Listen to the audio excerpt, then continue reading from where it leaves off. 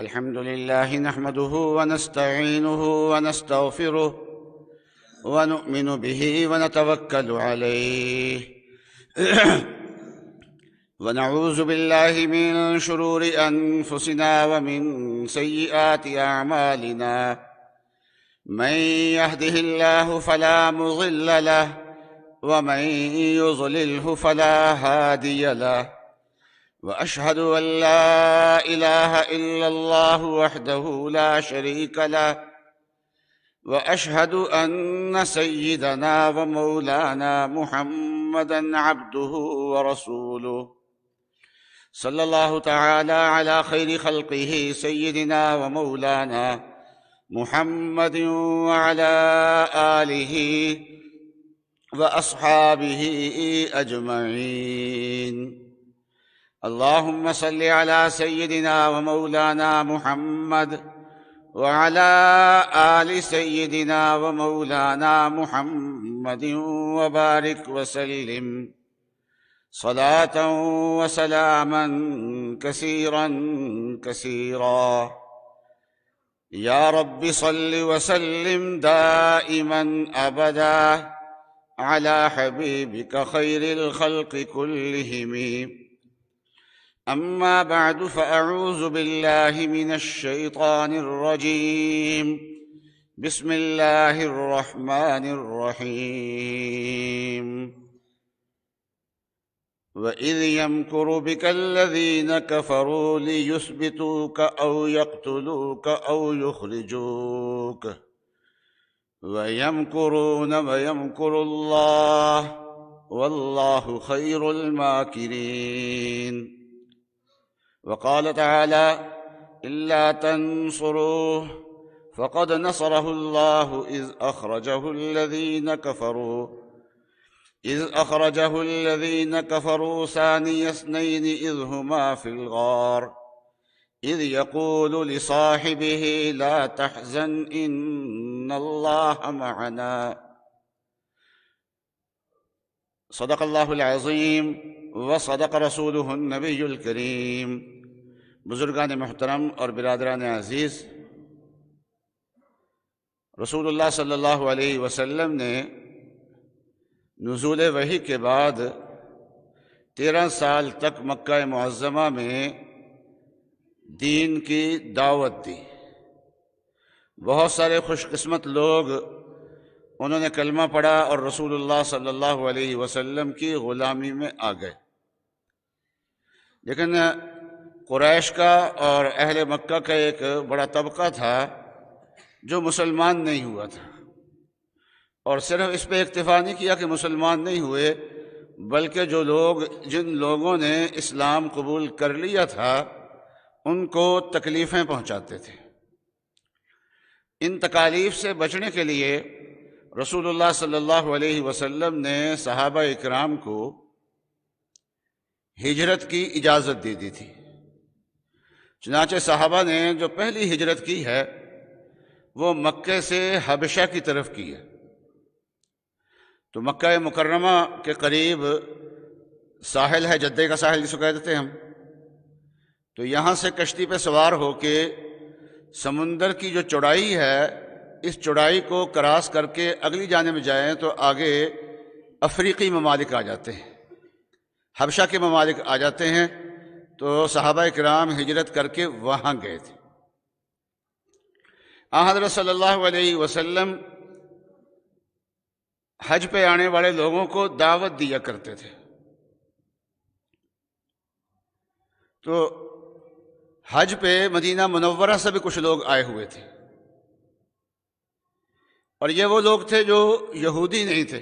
مدینہ منورہ میں یہودی بھی رہتے ہیں، اور مدینہ منورہ میں یہود ایک عرصہ پہلے ان کے آباء و اجداد کے آباد ہو گئے تھے کہ یہ وہ جگہ ہے جہاں نبی آخر الزمان صلی اللہ علیہ وسلم تشریف لائیں گے تو ہم لوگ ان پہ ایمان لائیں گے. چنانچہ رسول اللہ صلی اللہ علیہ وسلم کی بعثت سے پہلے یہود مدینہ کے جو اصل باشندہ تھے، جو یہودی نہیں تھے، ان کو کہا کرتے تھے کہ آخری نبی آنے والے ہیں. جیسے آج کل لوگ انتظار کرتے ہیں نا کہ حضرت مہدی آنے والے ہیں، تو وہ کیا کہا کرتے تھے کہ آخری نبی آنے والے ہیں ہم ان کے ساتھ مل کے تم سے نمٹیں گے۔ ان پہ روب جھاڑا کرتے تھے۔ جب یہ اہل مدینہ جو یہودی نہیں تھے رسول اللہ صلی اللہ علیہ وسلم کی زیارت کی انہوں نے یہاں آ کے مکہ معظمہ میں حج کے موقع پہ، تو رسول اللہ صلی اللہ علیہ وسلم سے خصوصی ملاقات کا انہوں نے اہتمام کیا۔ چنانچہ جہاں جمرات ہیں تو اگر مکہ مکرمہ کی طرف منہ ہو جمرات میں تو بائیں طرف ایک گھاٹی تھی، تو اس گھاٹی میں الگ ہو کے یہ رسول اللہ صلی اللہ علیہ وسلم سے ملے ہیں اور انہوں نے آپس میں بات کی، یہ تو وہی پیغمبر لگتے ہیں جس کے بارے میں یہود کہا کرتے تھے، تو ہماری سعادت کی بات یہ ہے کہ ہم ان کا کلمہ پہلے پڑھ لیں، یہودیوں سے بھی پہلے پڑھ لیں، ہم ان کی دعوت کو قبول کر لیتے ہیں۔ چنانچہ وہ لوگ مسلمان ہوئے اور حضرت صلی اللہ علیہ وسلم کو یہ دعوت دی کہ یہاں آپ کے لیے مشکلات ہیں، آپ مدینہ منورہ میں، اس وقت یثرب تھا، مدینہ اس کا نام نہیں تھا، آپ یثرب میں آ جائیں تو ہم آپ ایمان بھی لائیں گے، آپ کے ساتھ تعاون بھی کریں گے۔ اور اس کو کہتے ہیں بیعت عقبہ، یہ پہلی مرتبہ ہوئی تھی۔ اگلے سال پھر اس سے زیادہ لوگ آئے اور پھر حضرت صلی اللہ علیہ وسلم سے بات چیت کی، ایمان بھی قبول کیا اور انہوں نے حضرت صلی اللہ علیہ وسلم کو مدینہ منورہ تشریف لانے کی اور ہجرت فرمانے کی دعوت بھی دی۔ اس موقع پہ حضرت صلی اللہ علیہ وسلم کے چچا تھے حضرت عباس، یہ شروع سے اسلام قبول کر چکے تھے لیکن اپنے اسلام کو ظاہر نہیں کیا۔ حضرت صلی اللہ علیہ وسلم ہجرت کر کے مدینہ طیبہ تشریف لے گئے، یہ بدستور مکے میں رہے ہیں اور اپنے اسلام کا اظہار نہیں کیا، اور رسول اللہ صلی اللہ علیہ وسلم کو یہاں کے حالات دیکھ کے بھیجا کرتے تھے، رپورٹ کیا کرتے تھے۔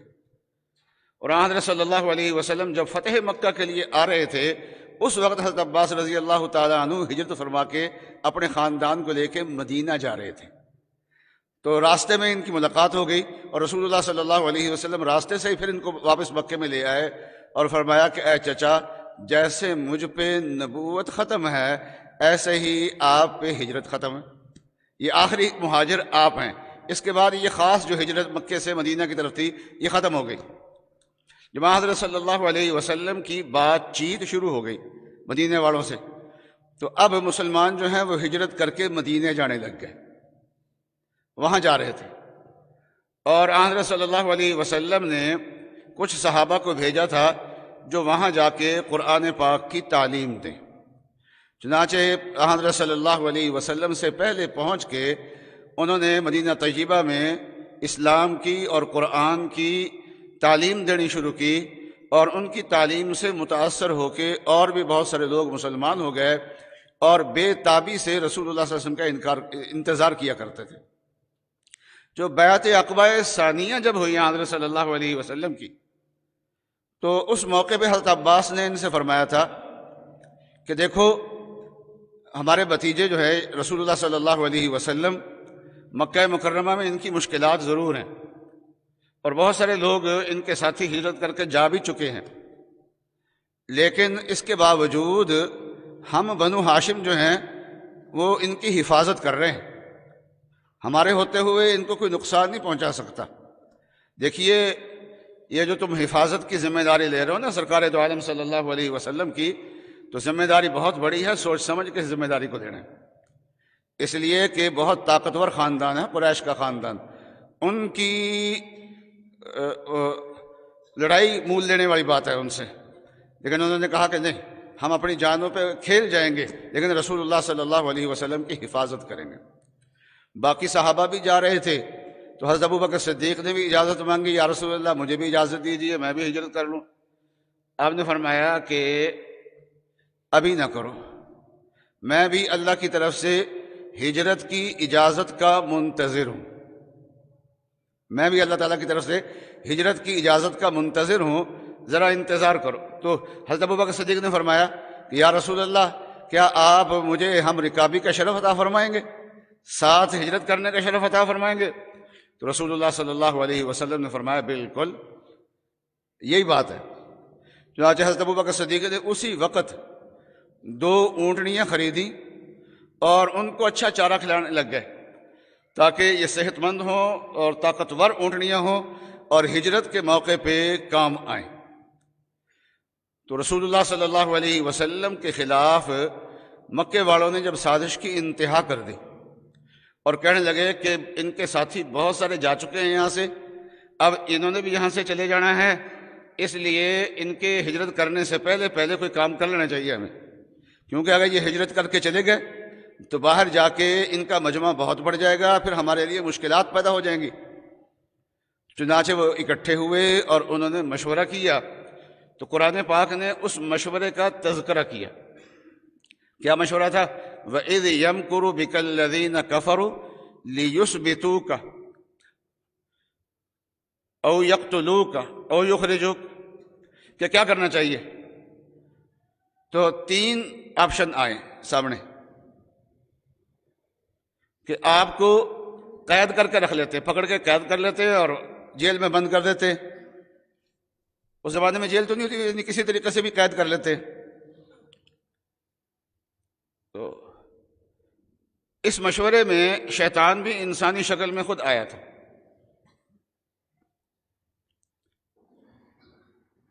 کیونکہ یہ بہت اہم موقع تھا اور شیطان بھی اپنے وہ دشمنی پہ پورا، وہ تو مکے والوں سے بھی بڑا دشمن تھا۔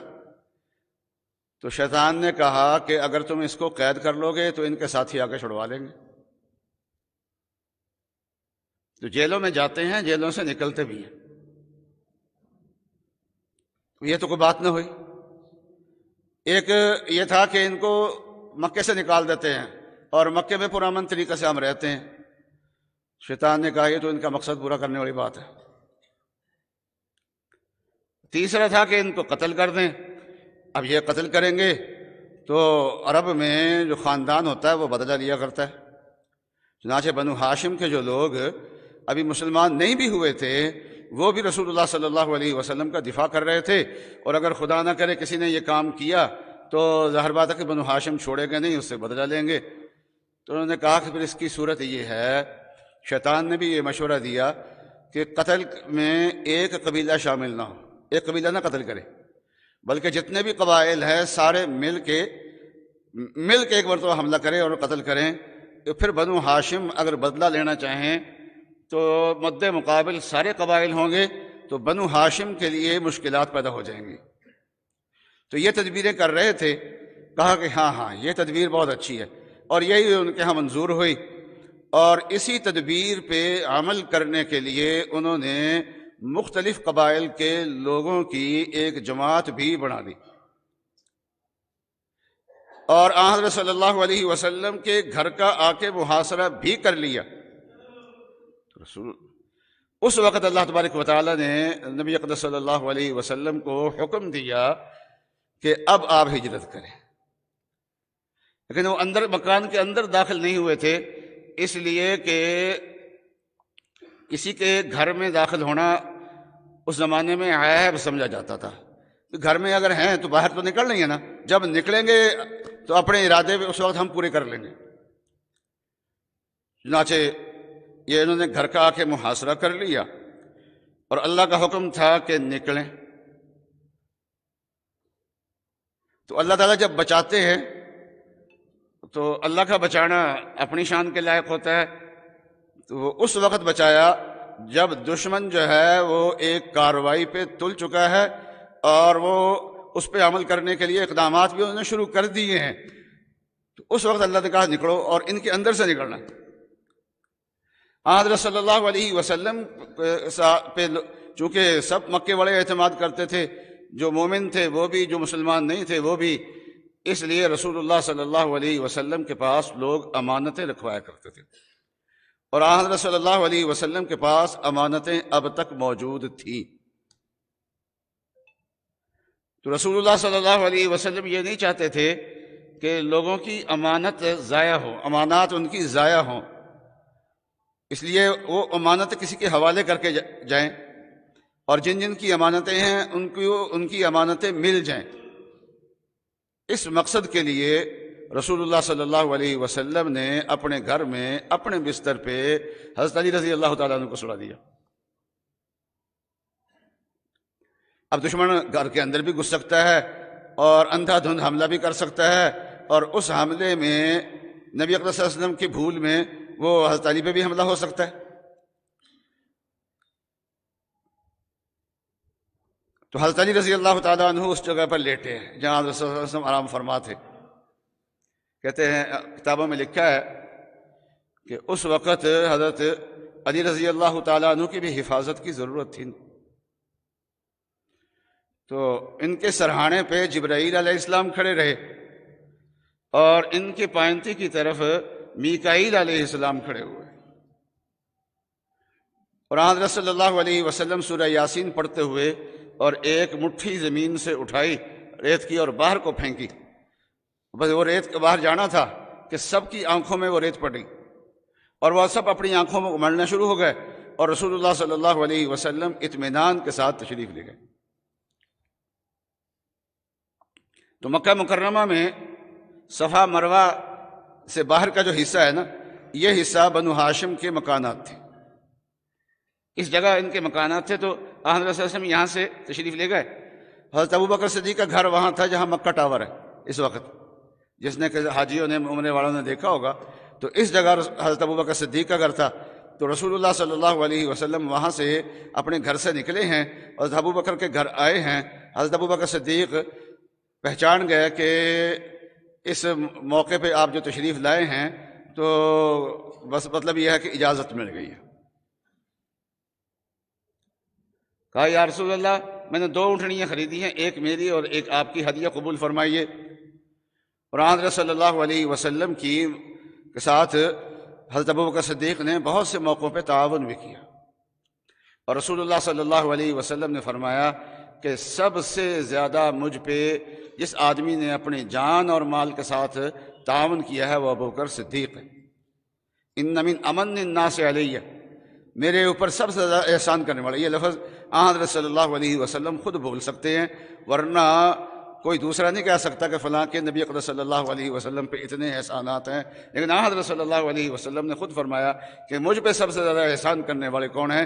ابوبکر صدیق ہے۔ تو لیکن یہاں نہیں قبول فرمایا کہ نہیں، اور اگر زیادہ نہیں تو جتنے میں جانور آیا ہے اتنے میں مجھے بیچ دو۔ ہمیں 4000 میں آیا ہے، رسول اللہ صلی اللہ علیہ وسلم نے 4000 میں خریدا ہے، تو یہاں آپ نے جانور خریدا ہے، حضرت ابوبکر صدیق کے مال کو قبول نہیں فرمایا، ہدیہ کو قبول نہیں فرمایا، اس لیے کہ ہجرت بہت بڑا عمل تھا۔ حضرت صلی اللہ علیہ وسلم چاہتے تھے کہ اس ہجرت میں پیسہ بھی اپنا خرچ ہو، جان اپنی خرچ ہو، ہمت اپنی خرچ ہو، وقت اپنا خرچ ہو، تو پیسہ بھی اپنا خرچ ہو۔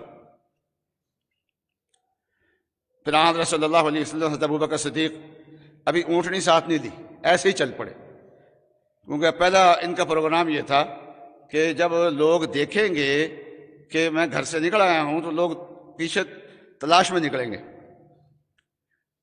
تو اس لیے کچھ عرصہ کہیں روپوش ہو جانا چاہیے، جب وہ تلاش کر کے تھک جائیں اس کے بعد پھر سفر آگے شروع کرنا چاہیے۔ اس لیے وہ جو اونٹ وغیرہ تھے وہ ساتھ نہیں لیے، بلکہ پیدل ہی چل پڑے اور غار ثور کی طرف، ورنہ مکہ مکرمہ سے غار ثور جو ہے وہ ایک طرف ہے اور مدینہ منورہ دوسری طرف کو ہے، بالکل الٹ جانب ہے۔ تو غار ثور کی طرف حضرت صلی اللہ علیہ وسلم، ثور پہاڑ ہے، اس پہاڑ کی طرف حضرت صلی اللہ علیہ وسلم تشریف لے گئے، اور پہاڑ پہ جب چڑھے ہیں تو حضرت ابوبکر صدیق ساتھ تھے اور کوئی بھی ساتھ نہیں تھا۔ پہاڑ بڑا لمبا ہے، جب میں بہت عرصہ پہلے، یہ سن 95 کی بات ہے، تو آج سے تقریباً 25 سال پہلے کی بات ہے کہ غار ثور پہ جب جانا ہوا تو فجر کی اذانوں سے پہلے چڑھنا شروع کیا، اور راستے میں پھر فجر کی اذانیں ہوئیں، اور فجر کی اذانیں جہاں ہوئیں تو نماز ہم نے پڑھی، لیکن یہ نہیں پتہ تھا کہ قبلہ کدھر ہے۔ تو فقہ میں مسئلہ پڑا ہوا تھا کہ ایسے موقع پہ تحری کر لو، وہ بتانے والا بھی نہ ہو، تو اندازہ ہم نے لگایا کہ ہم ادھر سے آئے تھے، مکہ ادھر کو ہے، بیت اللہ شریف ادھر کو ہوگا، یہ اندازہ سا لگا کے ہم نے تحری کر کے وہاں پر فجر کی نماز، ایک چھوٹی سی ایسی جگہ مل گئی تھی کہ 2-3 آدمی مل کے جماعت کرا لیں، اور تھے بھی ہم 2-3 ہی آدمی، تو جماعت کرائی، اور جماعت کرا کے پھر چڑھنا شروع کیا، تو جب اوپر پہنچے ہیں تو اچھے طریقے سے سورج نکل چکا تھا۔ کافی لمبا راستہ ہے، 2-3 کلومیٹر کا راستہ تو یقیناً ہوگا۔ حضرت ابوبکر صدیق ساتھ ہیں، اور پہاڑی راستے میں آپ جاتے ہیں کہ بڑ کھاتا ہوا جاتا ہے،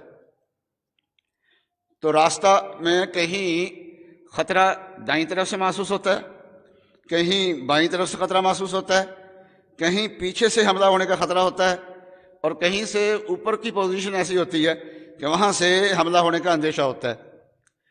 تو حضرت ابوبکر صدیق سارے راستے میں بس چلتے رہے، دیکھتے رہے، جہاں خطرہ محسوس ہوتا تھا۔ کبھی دائیں طرف سے خطرہ محسوس ہوا تو حضور صلی اللہ علیہ وسلم کے دائیں طرف ہو جاتے تھے، کبھی بائیں طرف سے خطرہ محسوس ہوتا تھا تو بائیں طرف ہو جاتے تھے، اور کبھی پیچھے سے خطرہ محسوس ہوتا تھا پیچھے ہو جاتے تھے، اور کبھی آگے سے خطرہ محسوس ہوتا تھا تو آگے ہو جاتے تھے۔ تو رسول اللہ نے فرمایا کہ ابو بکر کیا کر رہے ہو؟ میں یا رسول اللہ جدھر سے مجھے خطرہ محسوس ہوتا ہے میں اس طرف کو ہو جاتا ہوں۔ تو وہاں حضرت صلی اللہ علیہ وسلم نے فرمایا کہ اے ابو بکر، کیا آپ یہ چاہتے ہیں کہ آپ قتل ہو جائے اور میں بچ جاؤں؟ مجھے بچانا چاہتے ہیں؟ فرمایا یا رسول اللہ میرے ماں باپ آپ پہ قربان ہوں، میرا منشا یہی ہے کہ خدا نہ کرے اگر دشمن کا کوئی وار ہو تو ابو بکر جائے، آپ کا نقصان نہ ہو۔ اس طریقے سے حضرت صلی اللہ علیہ وسلم آگے پھر راستے میں بڑا حصہ جو تھا وہ حضرت ابوبکر صدیق نے آپ کو کندھوں پہ اٹھا لیا۔ چنانچہ ان کے جو کھوجی تھے نا، پاؤں کے نشانات دیکھ کے آنے والے، تو آتے رہے نشان 2 آدمیوں کے پاؤں کے، لیکن ایک موقع ایسا آیا کہ ایک آدمی غائب ہو گیا۔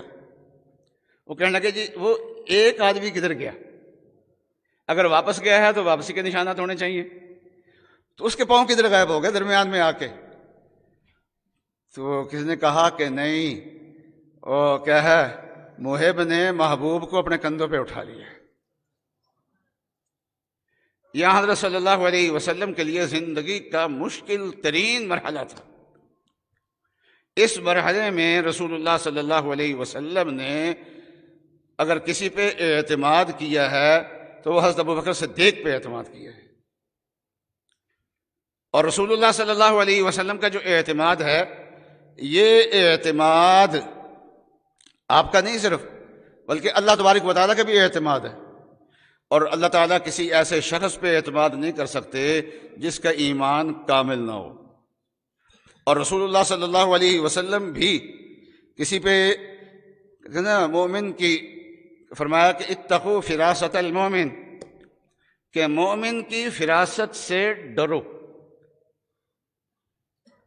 اس لیے کہ فإنہ ینظر بنور اللہ، اس لیے کہ وہ جب دیکھتا ہے تو اللہ کے نور سے دیکھتا ہے۔ اس کی آنکھ جو ہوتی ہے وہ عام آدمیوں کی آنکھ نہیں ہوتی، اس آنکھ میں جو عام آدمیوں کی آنکھ میں جو روشنی ہوتی ہے صرف وہ نہیں ہوتی، بلکہ ایمان کی روشنی بھی اس کے اندر ساتھ ہوتی ہے۔ وہ ایمان کی روشنی اندر کے ارادوں کو پہچان لیتی ہے۔ کہتے ہیں کہ امام جعفر صادق کہیں تشریف لے جا رہے تھے تو ایک آدمی بڑی محبت سے اور بڑے اعتقاد سے ملا اور درخواست کی کہ آپ رات ہمارے یہاں قیام فرمائیں۔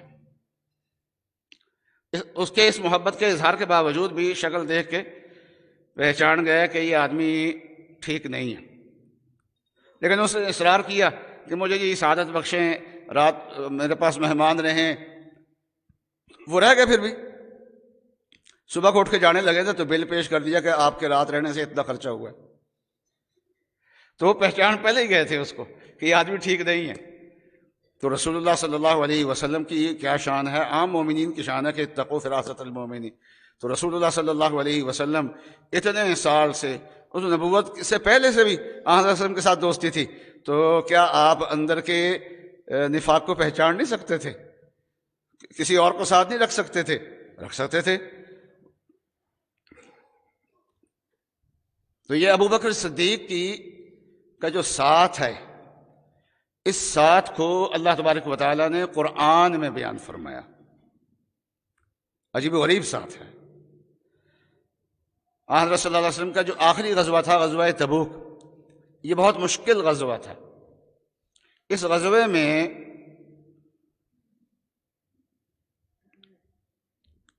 منافقین جو ہے وہ پیچھے رہنے کی کوشش کر رہے تھے، آپ کا ساتھ نہیں دے رہے تھے منافق لوگ۔ تو قرآن نے کہا الا تنصروہ، تم نے نبی کی مدد نہیں کرنی، نہ کرو، اللہ اکیلا بھی کافی ہے۔ اور اس سے بھی زیادہ مشکل وقت ایک آیا تھا، اس وقت اللہ نے مدد کی تھی جب یہ صرف 2 آدمی تھے اس وقت۔ الا تنصروہ فقد نصرہ اللہ اذ اخرجہ الذین کفروا، بہت نازک موقع تھا۔ تو اذ اخرجہ الذین کفروا ثانی اثنین، نبی صلی اللہ علیہ وسلم 2 میں سے دوسرے تھے۔ اذ ہما فی الغار، جبکہ یہ دونوں غار میں تھے۔